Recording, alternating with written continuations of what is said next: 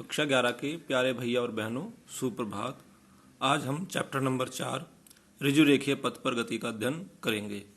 ऋजु रेखीय पथ के माने सरल रेखीय पथ यानी स्ट्रेट लाइन, सीधी रेखा वाला पथ पर गति, यानी कोई सीधी रेखा में कोई वस्तु जब गति करती है तो उस गति को ऋजु रेखीय पथ पर गति कहते हैं। आज इसका अध्ययन करेंगे।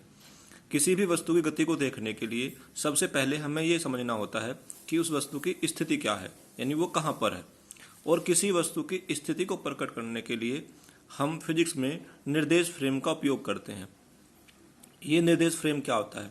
निर्देश फ्रेम निर्देशांकों x, y, z and t का एक ऐसा निकाय होता है जो किसी क्षण वस्तु की स्थिति को प्रकट करता है, जिसे अंग्रेजी में कोऑर्डिनेट सिस्टम कहते हैं। वो क्या होता है? ये जैसे एक ये एक्स एक्सिस है, एक ये वाई एक्सिस है। ये तीन डायमेंशन होती हैं, एक्स एक्सिस, वाई एक्सिस और जेड एक्सिस। जैसे इस पुस्तक में ये इसकी लंबाई एक्स एक्सिस है, चौड़ाई वाई एक्सिस है और इसकी मोटाई जेड एक्सिस है। तो ये एक्स एक्सिस हो गई, ये वाई एक्सिस हो गई, जेड एक्सिस ऐसे इनके ऊपर यहाँ पर लंब होगी, जैसे मेरा पेन रखा हुआ। तो इनसे हम किसी वस्तु की पोजीशन को दिखा सकते हैं। जैसे कोई वस्तु यहाँ पर है तो देखते हैं कि एक्स एक्सिस पर यहाँ और वाई एक्सिस पर यहाँ, तो इसका कोऑर्डिनेट हो जाएगा 4 और 5, जहाँ 4 क्या है एक्स की वैल्यू, 5 क्या है वाई की वैल्यू।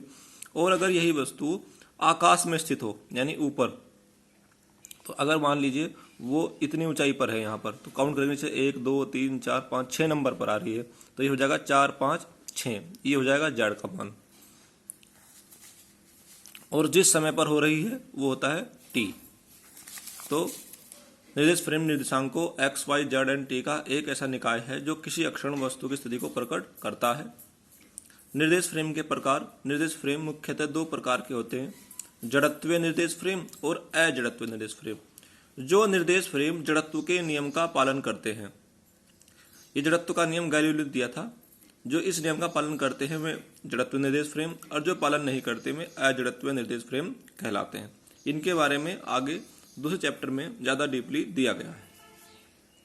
अगला टॉपिक है एक विमीय, द्विविमीय या त्रिविमीय गति, 1 डायमेंशनल, 2 डायमेंशनल, 3 डायमेंशनल मोशन, यानी एक विमीय, द्विविमीय और त्रिविमीय गति।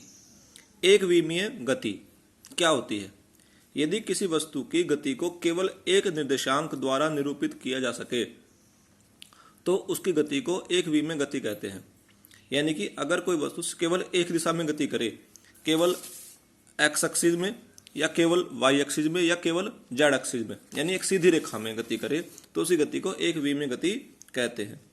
इसकी परिभाषा को ऐसे भी लिख सकते हैं, जब कोई वस्तु एक सीधी रेखा में गति करती है तो उसकी गति को एक विमीय गति कहते हैं। जैसे सीधी पटरी पर दौड़ती रेलगाड़ी, ऊपर की ओर उछाली गई गेंद इत्यादि। द्विविमीय गति। द्विविमीय गति, यदि किसी वस्तु की गति को केवल 2 निर्देशांकों के द्वारा निरूपित किया सके। एक विमीय गति में एक निर्देशांक द्वारा निरूपित होती है, द्विविमीय गति में 2 निर्देशांकों के द्वारा निरूपित होती है, और त्रिविमीय गति में 3 निर्देशांकों के द्वारा गति को निरूपित किया जाता है। जब कोई वस्तु धरातल पर वक्राकार मार्ग पर गति करती है, यानी आड़े तिरछे मार्ग पर गति करती है, तो उसके लिए x और y दोनों चाहिए, तो उसके कहेंगे द्विविमीय गति। जैसे मोड़ पर कार्य गति, वर्ताकार गति, प्रक्षेप्य गति इत्यादि। त्रिविमीय गति में कितने निर्देशांक होते हैं? 3, x, y एंड z। यदि किसी वस्तु की गति को निरूपित करने के लिए 3 निर्देशांकों की एक साथ आवश्यकता हो तो उसी गति को त्रिविमीय गति कहते हैं। जैसे आकाश में करतब दिखाता वायुयान या मक्खी या मच्छर गति, क्योंकि आकाश में है तो इसलिए जेड है, और फिर ऐसे एक्स और फिर ऐसे, यानी आड़ी तिरछी गति कर रही है, तो क्या होगा? वहाँ जेड भी होगा, एक्स भी होगा, वाई भी होगा, इसलिए 3 निर्देशांक हो गए, इसलिए कहेंगे उसे त्रिविमीय गति।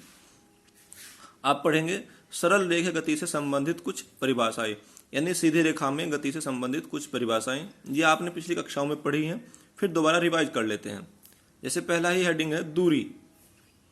किसी वस्तु द्वारा दिए गए समय में चली गई लंबाई को दूरी कहते हैं। कोई वस्तु जितनी लंबाई तय करती है उसे क्या कहते हैं? उसकी दूरी कहते हैं। दूरी को अंग्रेजी में कहते हैं लेंथ, इसलिए इसे एल से प्रदर्शित करते हैं। दूरी का मात्रक होता है मीटर और इसकी विमा होती है एल। विस्थापन किसी वस्तु की प्रारंभिक व अंतिम स्थितियों के बीच की दूरी को विस्थापन कहते हैं। इसे एस से प्रदर्शित करते हैं। इसका मात्रक मीटर और विमा एल होती है। इसे हम ऐसे समझ सकते हैं, जैसे ये कोई 3 पॉइंट हैं ए बी सी। एक वस्तु पॉइंट ए से चलना आरंभ करती है, बी पर जाती है, फिर सी पर जाती है और सी से फिर वापस बी पर लौट आती है। यानी कहाँ से स्टार्ट होती है? ए से। खत्म कहाँ पर होती है? बी पर। तो प्रारंभिक स्थिति कहाँ हुई? ए। अंतिम स्थिति कहाँ हुई? बी। तो प्रारंभिक और अंतिम स्थिति बीच की दूरी को विस्थापन कहते हैं। तो ये होगा विस्थापन 6। अगर दूरी की बात करें तो दूरी हो गई 6 + 4 10 और 4 14। दूरी हो गई 14 मीटर और विस्थापन हो गया 6 मीटर, क्योंकि विस्थापन क्या होता है? प्रारंभिक और अंतिम स्थितियों के बीच की दूरी। चाल का सूत्र पढ़ा है आपने, चाल बराबर दूरी बटे समय। यहीं से परिभाषा बना सकते हैं। ये जो बटे का चिन्ह है, इसके कई नाम हैं। इसे दर बोलते हैं, दर, अनुपात, प्रति। तो आप इन तीनों शब्दों में से किसी शब्द का इस्तेमाल कर सकते हैं। हम कह सकते हैं किसी वस्तु द्वारा चली गई दूरी व लिए गए समय के अनुपात को चाल कहते हैं, या दूरी व समय की दर को चाल कहते हैं, या प्रति सेकंड चली गई दूरी को चाल कहते हैं। या एक तरीका और भी है कि जो भी हर में होता है उसे हम 1 मान लेते हैं। अगर यहाँ पर समय का मान 1 हो तो चाल कितने के बराबर होगी? दूरी बटे 1, यानी चाल कहाँ के बराबर हो गई? दूरी के। तो ऐसे भी कह सकते हैं कि एकांक समय में चली गई दूरी को चाल कहते हैं। ये नया तरीका है। तो किसी वस्तु द्वारा एकांक समय में चली गई दूरी को चाल कहते हैं। चाल का मात्रक हो गया, ऊपर दूरी का मात्रक, नीचे समय का मात्रक। दूरी का मात्रक है मीटर, समय का मात्रक है सेकंड। चाल की विमा, दूरी की विमा एल, समय की विमा टी, तो एल टी की पावर -1। वेग का फॉर्मूला होता है विस्थापन बटे समय। अब ऐसे यहाँ बोल सकते हैं, एकांक समय में तय किए गए विस्थापन को वेग कहते हैं। विस्थापन को एस से लिखते हैं, समय को टी से।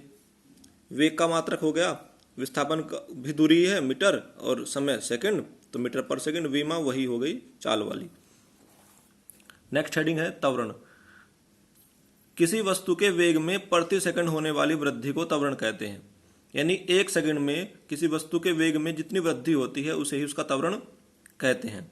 जैसे अगर किसी वस्तु का वेग 30 है और 1 सेकंड बाद उसका वेग 50 हो जाए, तो उसके वेग में कितने की वृद्धि हुई? 30 से 50 यानी कि 20 की।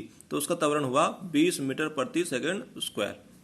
अथवा ऐसे बोल सकते हैं, किसी वस्तु के वेग परिवर्तन की समय दर को त्वरण कहते हैं। यानी समय के साथ वेग में जो परिवर्तन हो रहा है उसे त्वरण कहते हैं। त्वरण का मात्रक, ऊपर वेग का मात्रक, नीचे समय का मात्रक। वेग का मात्रक मीटर पर सेकंड, समय का मात्रक सेकंड। तो ये सेकंड की मल्टीप्लाई सेकंड में होंगे तो मीटर पर सेकंड स्क्वायर।